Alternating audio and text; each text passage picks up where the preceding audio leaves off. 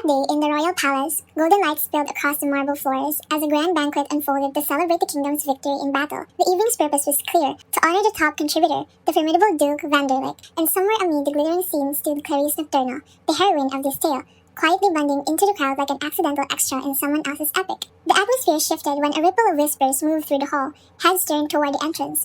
Duke Albert Vanderlip appeared, a man who looked as though he just stepped straight out of the most overdramatic chapter in a romance novel. Tall, broad-shouldered, black military finery, so perfect it should have been illegal.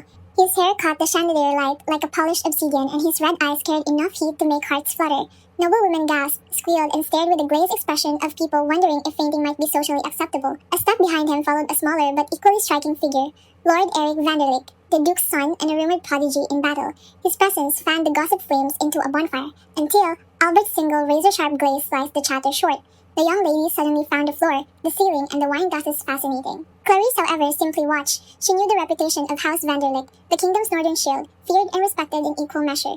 Glory, yes, but also shadows. Whispers of ruthless tactics, chilling rumors about sacrifices in war, and a fortress said to be haunted by vengeful child spirits. A place you don't just visit and leave alive. The orchestra swelled and was abruptly interrupted by a new sound, the quick, uneven patter of tiny footsteps. From a side corridor emerged a white-haired, golden-eyed toddler, plump cheeks, wobbling gait, and enough cuteness to cause a small riot. A frantic servant trailed behind, calling in vain for him to stop. The boy, however, stumbled, then fell face first into the polished floor. Gasps, away with speculation. Was this child doomed for disturbing the Duke? If the rumors were true, not even a baby would escape the wrath of House Vanderlip. Albert's shadow loomed over the scene as he approached. The tension was so thick it could have been served in slices. But instead of fury, the Duke crouched and pulled from his pocket a jewel-studded golden rattle. He shook it once, and the child cries broke into a wide-eyed fascination. Eric scooped the toddler up with practiced ease, but the boy's delighted laughter rang out like silver bells, softening even the most skeptical onlookers. Curious murmurs rose. Was this the Duke's another son? No one else had heard of him. Clarice's gaze lingered. The boy was called Theodore Vanderlip. He was still staring at her, and then, as though the entire room had disappeared, he reached his tiny hands toward her and called her Mama. The sudden attention hit like a jolt. Her cheeks warmed and her heartbeat quickened. Surely this was a mistake, right?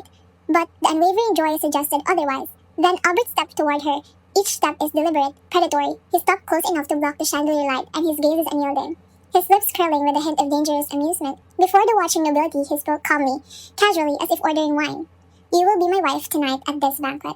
The world tilted and the voice blurred into a distant hum. Wife? Of him? Was this a prank? Did I crash at the wrong party?